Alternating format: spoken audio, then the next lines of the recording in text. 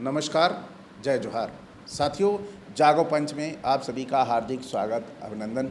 साथियों, जागो पंच आपके लिए लगातार अंधविश्वास और पाखंड को ख़त्म करने के लिए नित नए ग्रंथों से, पौराणिक पुस्तकों से तरह तरह के ऐसे उपाख्यान लेकर आता है जो हमारे समाज में व्याप्त अंधविश्वास और पाखंड को ख़त्म करने का काम करता है।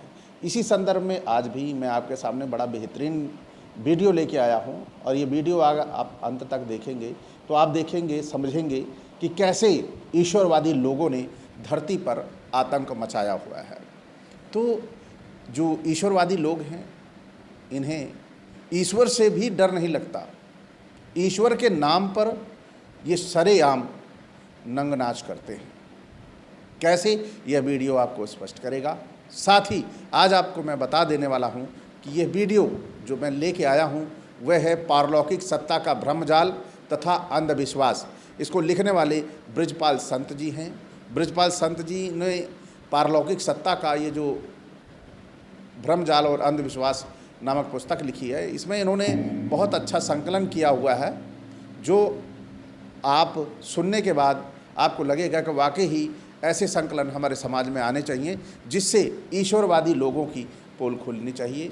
वह मानते तो ईश्वर को हैं लेकिन ईश्वर से जरा सा भी भयभीत नहीं होते हैं, बुरे कर्मों को करने में भी।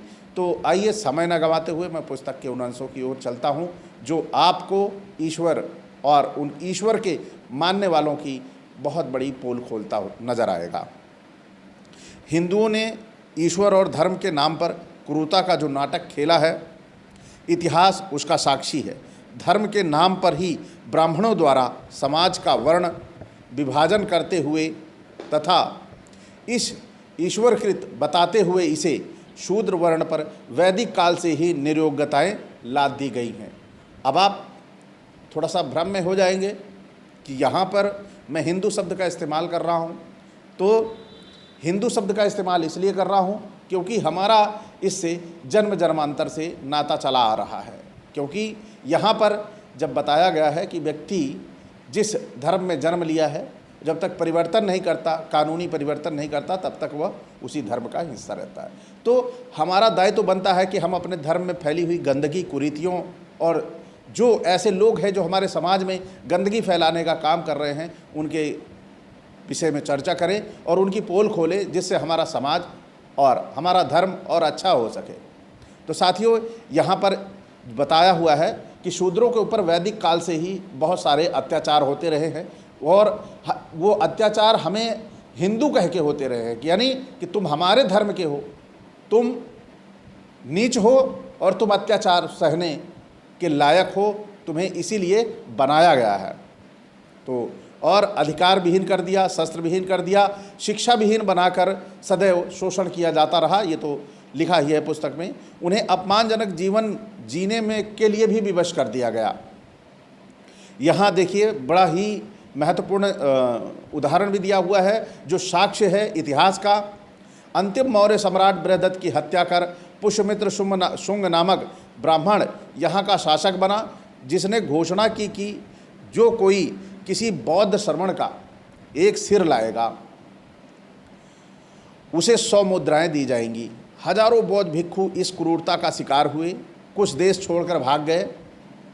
हजारों बौद्ध भिक्षु या भारत ही छोड़कर भाग गए डर के मारे कि कहीं हमारा भी सर कलम ना कर दिया जाए, सर काट ना दिया जाए। और आज भी इसी की धमकी दी जाती है कि फला का, जैसे स्वामी प्रसाद मौर्य जी ने राम के बारे में जब बात की थी कि रामचरितमानस में ऐसा लिखा गया है और राम के बारे में जो शब्द उन्होंने उनके मुंह से निकले थे, तो वहाँ पर जो उनका सर लाएगा काट कर, जो उनकी जुबान काट के लाएगा, उसको इतनी राशि इनाम में दी जाएगी।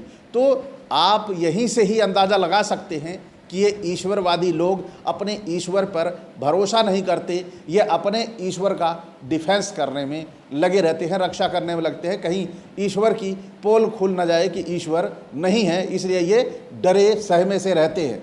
जब भी ईश्वर के बारे में कोई बात करो, ये आप पर व्यक्तिगत हमला कर देंगे।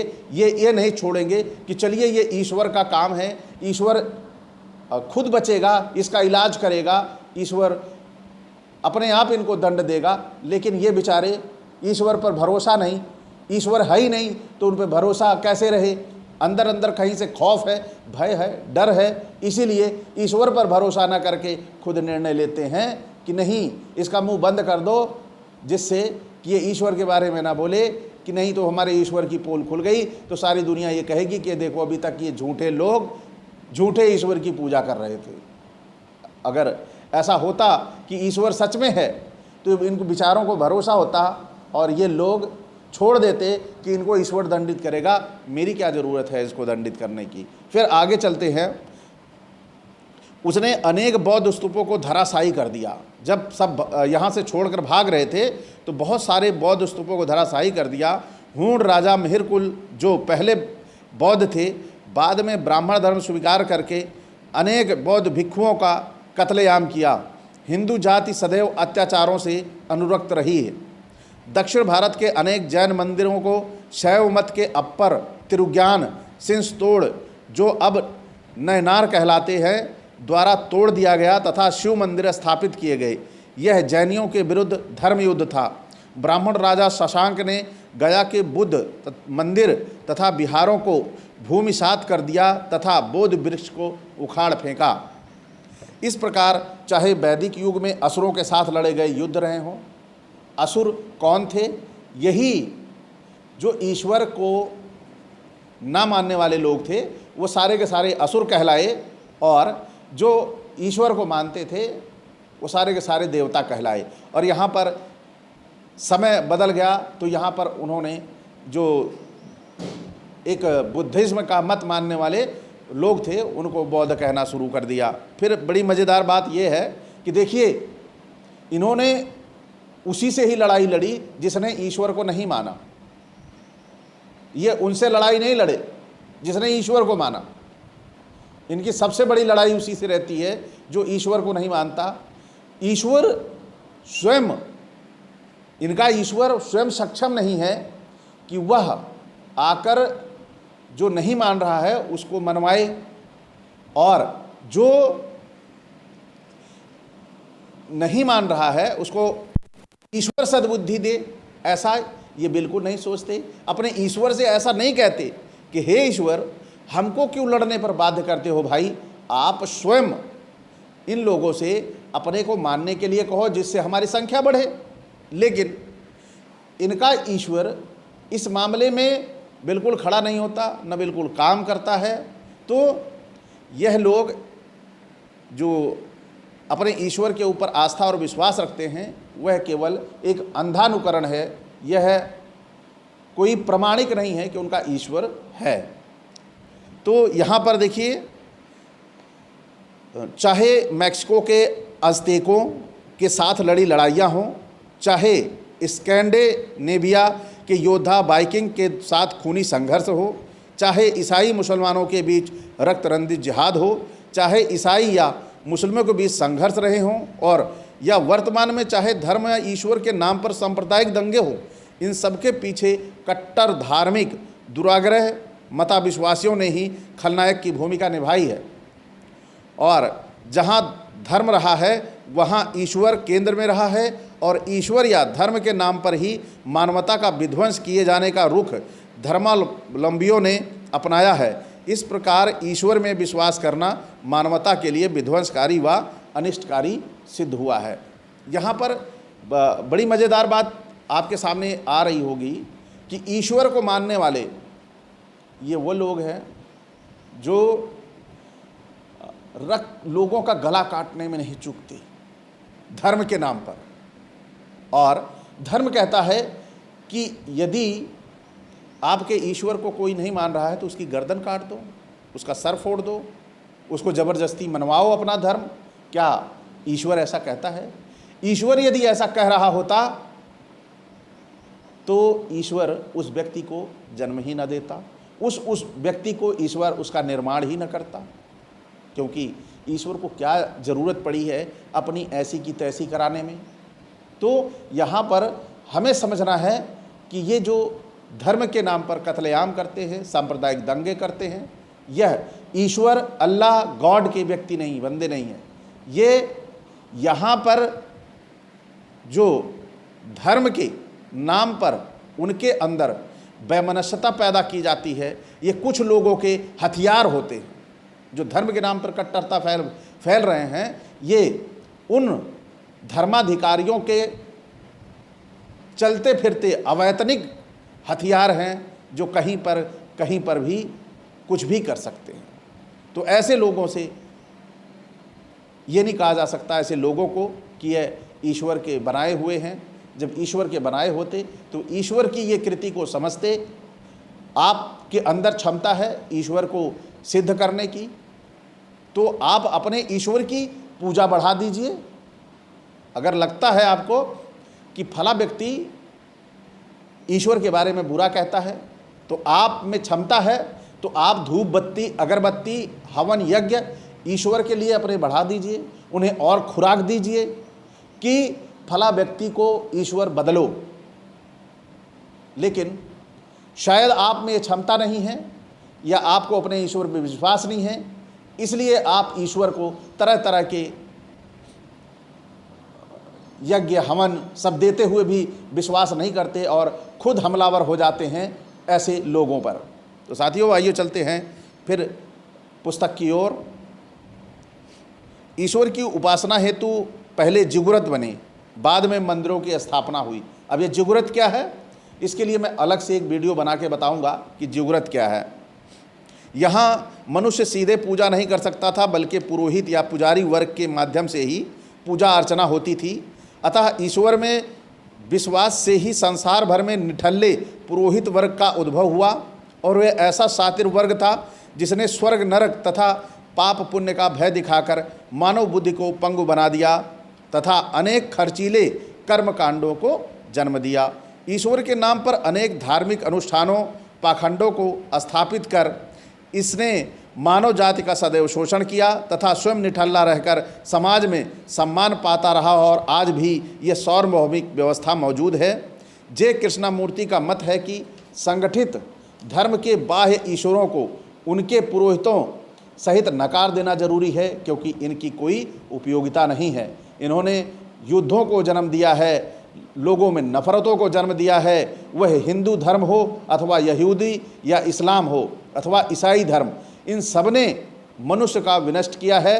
Doctor B.R. अम्बेडकर ने बुद्ध का मत उद्धृत करते हुए कहा है कि ईश्वर में विश्वास बहुत खतरनाक है, क्योंकि यह विश्वास ही प्रार्थना और पूजा की प्रभावकता को जनक है। यह प्रार्थना करने की जरूरत ने ही पादरी पुरोहित वर्ग का जन्म दिया, जिसने सम्यक दृष्टि के मार्ग को अवरुद्ध कर दिया।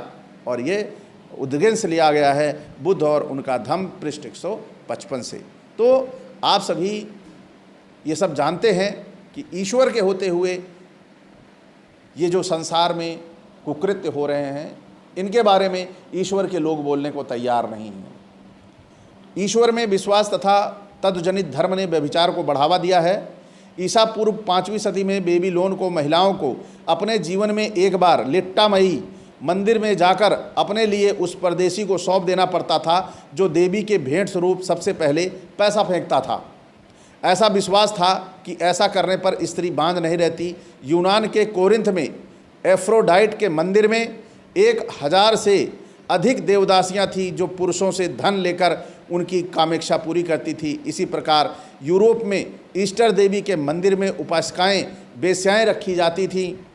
2री सदी तक यूनान में यह प्रथा थी कि देवी की सेवा हेतु उच्च घराने की स्त्रियां पर पुरुष से संभोग करें। भारत में भी दक्षिण प्रांतों के मंदिरों में देवदासियां रखने की प्रथा थी, जिसके लिए लोग ईश श्रद्धावश अपनी पुत्रियों को मंदिरों में चढ़ा जाते थे। ये अनब्याही कन्याएं पंडे पुजारियों के व्यभिचार की सामग्री होती थी। लेकिन यहाँ पर ईश्वर बोलता नहीं था, यहाँ पर ईश्वर आता नहीं था। कितना निर्दयी था ईश्वर, लेकिन फिर भी ईश्वर है। अब आगे चलते हैं। तमिलनाडु के चिंगलपेट जिले में कोरियो में यह प्रथा थी कि वे अपने सबसे बड़ी अथवा 5वीं पुत्री को किसी मंदिर में दान कर दें। बाद में यह नृत्य करने के बाद अयासी का साधन बनती थी। शाक्त संप्रदाय में एक भैरवी चक्र प्रथा थी, जिसमें पंचमकार, मध्य मांस, मछली मुद्रा, मैथुन को मोक्षदायी बताया गया है।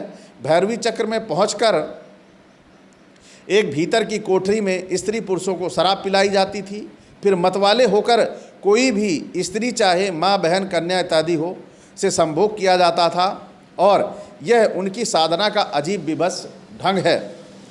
यह सब ईश्वर तथा तज्जनित धर्म में विश्वास के परिणाम स्वरूप व्यभिचार का ही रूप है। यहाँ पर साफ साफ स्पष्ट होता है कि ईश्वर की मर्जी के बिना ये सब कैसे हो सकता है।